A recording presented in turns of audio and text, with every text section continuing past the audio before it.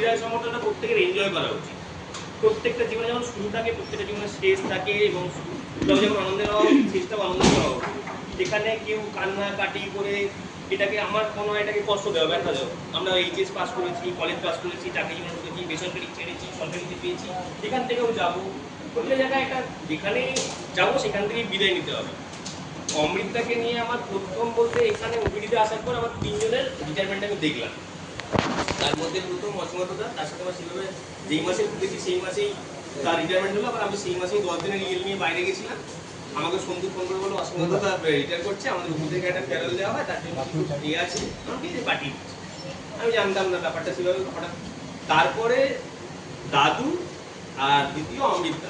এবার দাদুর চরিত্রটাই তো খুব কালারফুল চরিত্র, মানে দাদুকে যেভাবে দেখেছি মানে আলাদা রকম ভাবে। অমৃতাকে অনেকে অনেক রকম ভাবে ডেসক্রাইব করবো, কিন্তু অমৃতার সাথে আমার মানে সেইভাবে তো সম্পর্ক তৈরি হয়নি, কারণ আমার 19-এ আসার কথা, এসেছি আমি 2022-এ। তো একটা ডেট, সেই ডেটটা না বললে অমৃতার সম্পর্কে কিছু বলা হবে না। সেটা হচ্ছে 2024-এর 8ই জানুয়ারি। কেন বলছি সেই ডেটটা? সেই ডেটটা হচ্ছে এমন একটা ডেট যেদিন এখানের অ্যাটেন্ডেন্স মাত্র 5 জন। এবারে সকালবেলা এইদিকের কাউন্টারে আমি বসেছি, তো আমার সাথে মিন্টুদা আছে। এবার মিন্টুদা তো দেখলো যে মানে যেমন মিন্টুদার সে তার অমৃতা ঢুকেছে। এবার অমৃতা আসছে আমার মধ্যে, কিন্তু মিন্টুদা, আমি যেটা ফ্র্যাঙ্ক সেটাই বলছি, আমি তো জানি মিন্টুদা পাশে বসা মনে হয় 100 আর দূরে চলে যাওয়া মনে হয় 50। আমি একদম ফ্যাক্ট বলছি, যেটা ফ্যাক্ট সেটা বলছি। এবারে একদম 100% সত্যি কথা। এবারে মিন্টুদা চলে যাওয়া মানে তখন যখন অমৃতা ঢুকলো, মিন্টুদা চলে যাওয়া মানে আমার লস নেই, লাভইও। কেন আলটিমেট যে লোকটা এলো সে মানুষটা কিছুটা টানবে। এবারে এখানে সবার কাছে শুনেছি ওপিডি চলে 7টা পর্যন্ত, 9:30 পর্যন্ত। এই নিয়ে তো এইসব শোনাশুনি নিয়ে আমার সাথে রীতিমতো স্টোরের নতুন ছেলে বিতর্কের মধ্যে ঢুকে গেছি। অমৃতা ভাই এত কিছু জিনিস না হয়ে যাবে। তো যাই হোক, সেদিন তো খাবো কখন না খাবো কখন, এর মধ্যে মোটা আমি, দেবস্মিতা, দেবুদা, অশেষদা, এই টানাটানি চলছে। এবারে শেষমেশ হলো কি যে দেবুদা আমাকে সন্দীপন তুমি কিছুক্ষণ খাও, আমি এদিকটায় বসছি, এই করে এইদিকের কাউন্টারটা একটা কাউন্টার চলছে, যা হোক করে। এবারে যখন 1:30 বেজে গেছে, তখন যে অমৃতা, মানে যে লোককে আমি মনে রাখতে দেখিনি, সেই লোক মানে রাগের এক্সপ্রেশন অমৃতার মধ্যে ছিল, যেটা রাগের এক্সপ্রেশনটা হাসি। এটা একটা বিরল ব্যাপার। অমৃতা আমরা সেদিন মানে রাগে কাঁপাই করছি ভিতরে, কিন্তু প্রত্যেকে না হা হা করে হেসে হেসে ভিডিও শুট করছি। আমরা মেডিকেল কলেজের ওপিডিতে রাত্রি 9টা বাজছে, এখন ওপিডি চলছে। এইটা একটা গেল সেই দিন। আর একদিন ছিল মানে আর কয়েকটা ঘটনা, যেটা না বললে একটা অমৃতা সম্পর্কে বলা হবে না। সেটা হচ্ছে কি যে ওষুধের নলেজ, ফার্মেসি পড়েছি কিন্তু ফার্মাকোলজিক্যাল নলেজ ফার্মাসিস্ট আমাদের কজনের আছে সেটা খুব সন্দেহ আছে। আমরা ওই একটা করে দুবার, দুটো করে একবার চিবিয়ে খাবে, রাত্রে খাবে, ঘুমোবে খাবে, এই করতে করতে ফার্মাকোলজিক্যাল অ্যাকশনগুলোই ভুলে গেছি।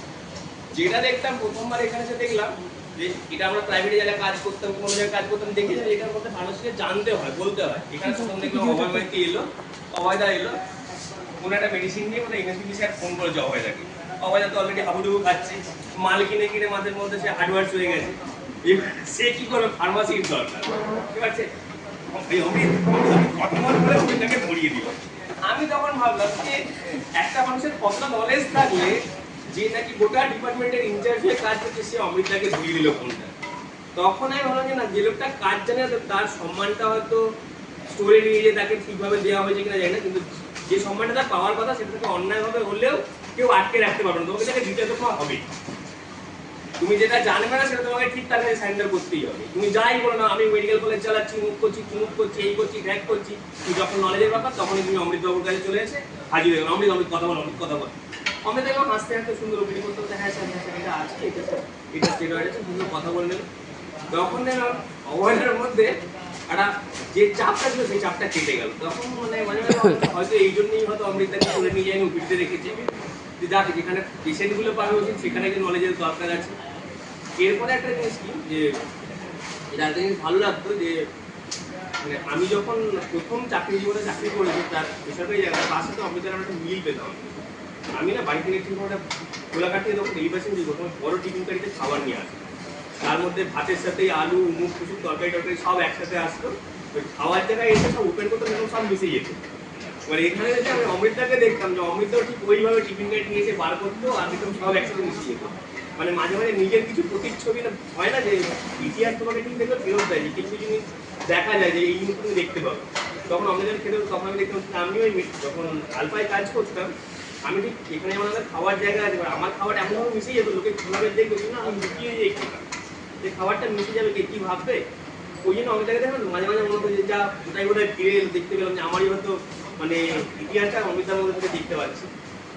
আর প্রত্যেকের জীবনে কষ্ট থাকে, প্রত্যেকের জীবনে আনন্দ থাকে, কিন্তু আলটিমেট আমরা প্রত্যেকের সুখ স্মৃতিটাই মনে রাখি না, দুঃখের স্মৃতি মনে রাখা কিংবা ব্যথার স্মৃতিটা মনে রাখাটা খুব উপযোগীও নয়, শরীরের জন্য খারাপ। দুঃখ থাকবে, সুখ থাকবে, তার মধ্যে আনন্দ নিয়ে এগিয়ে যেতে অমৃতা দীর্ঘায়ু হন, সুস্থ সবল থাকুন। আর কি বলবো, সবাইকে আশীর্বাদ করুন আর আপনি আমাদের প্রত্যেকের শুভেচ্ছা নিন। আপনার পরবর্তী জীবন খুব ভালো কাটে, জীবন এনজয় করুন। এবার ওদিকে নিয়ে ঘুরতে ঘুরতে যান, বাইরে ট্রিটমেন্ট করান, জীবনটাকে অন্যরকমভাবে দেখুন। এখানে তো আপনার অনেক রকম রিলেটিভরা আসতো যারা জাস্ট ওষুধ দিতে দিতে পরিচিত হয়েছে। এবার আপনি আপনার নিজের পরিচিত লোককে সময় দেবেন। ভালো থাকুন দাদা, আর কি বলবো আপনি সবাইকে আশীর্বাদ করুন। আর হ্যাঁ, একটা জিনিস মিস করবো যেটা বলা হচ্ছে, ইদানিং ফ্যামিলির সাথে খাওয়া দাওয়া একটু বন্ধ আছে আমাদের, কিন্তু অমৃতা খুব ভালো পরিবেশন করে সবাই। অমৃতা সবাইকে খাইয়ে তারপরে খেতে। হ্যাঁ, এবার অমৃতা পরিবেশনটা আমরা করেছি, আমি করেছি। এবং অমৃতা একটা জিনিস কি আছে না আছে দেখে না, কে খেতে বসে তাকে দিয়ে দেয়। যেমন আমাদের সিগান খেতে ভালোবাসে, একটা জায়গায় ঝুলে আবার দাদু মানে এই ওই যেগুলো বেঁচে গেছে ওকে দাও। যে এখানে কিছু কিছু আমরা সিনিয়র থেকে পেয়েছি, হ্যাঁ পারবো না দিতে থাকবে, কারণ হাসতে হাসতে চাপিয়ে দিচ্ছে। যে মানে এইটা একটা বিশাল মানে অভিভাবক সুযোগ ব্যাপার ছিল, এগুলো মিস করবো আস্তে আস্তে। হ্যাঁ, তারপরে যেমন মৌসুমী দিশা করে আমরা জল করাটা মিস করবো।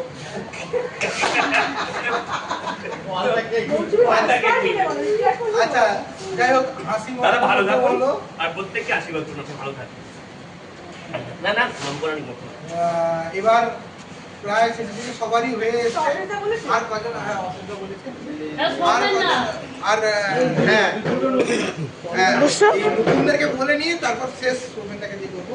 যাক, তো প্রথমে আসছে নতুনের মধ্যে একটু পুরোনো, সেটা হচ্ছে পিয়ালি কিছু বলুক, তারপর টনিমার কাছে এবং প্রকাশদাকে বলে সোমেনদা। আমি এসেছি এখানে 2024 জানুয়ারি একদম লাস্টে। সেইভাবে অমৃতকে খুব বেশি পাওয়া তো পাইনি, কিন্তু প্রথম দিন যেদিন এসেছিলাম আমার মনে আছে মিন্টুদা যখন আমাকে নিয়ে এলো এবং অমৃতার সঙ্গে পরিচয় করালো, অমৃতা তার সঙ্গে জিজ্ঞেস করলাম তোর বাড়ি কোথায়। যখনই আমি বললাম মানকুণ্ডু, সঙ্গে সঙ্গে দেবস্মিতা দিকে ডাকলেন যে তুই আর ওকে কাল থেকে তুই দেখে শুনে আসবি। এই যে একটা ব্যাপার আমার খুব ভালো লেগেছিল যে একজন অন্তত ভাবছে যে আমি কিভাবে আসবো, কিভাবে আমি এখানে আসতে পারি। তো এই জিনিসটা খুবই মানে অভিভাবকের মতো আমাকে দেবস্মিতাদির সঙ্গে আমার পরিচয়টা করিয়ে দিয়েছিলেন, ফোন নাম্বার দিয়ে যে ওকে দেখে গাইড করে নিয়ে আসবি। আর একটা জিনিস মানে সবাই যেটা হলো সেটা আমারও হলো যে আমি তো প্রতিদিন দেখে তাও আমার হতো এটা যে আমি অমৃতা যদি চলে আসতে নিশ্চিন্ত বোধ করতাম যে হ্যাঁ এবার ওপিডিতে যাই হোক না কেন ওপিডির পেশেন্ট শেষ হবে, কোনো আর অসুবিধা নেই। এই ব্যাপারটা সবার মতো আমিও ফিল করতাম। শুধু এটাই, আর বেশি কিছু বলার নেই, শুধু এটাই বলবো দাদা আপনি ভালো থাকুন, সুস্থ থাকুন, আপনার পরবর্তী জীবন ভালো হোক, ভালোভাবে থাকুন এবং আশীর্বাদ করুন দাদা যেন। আচ্ছা, এরপরে বলবো হচ্ছে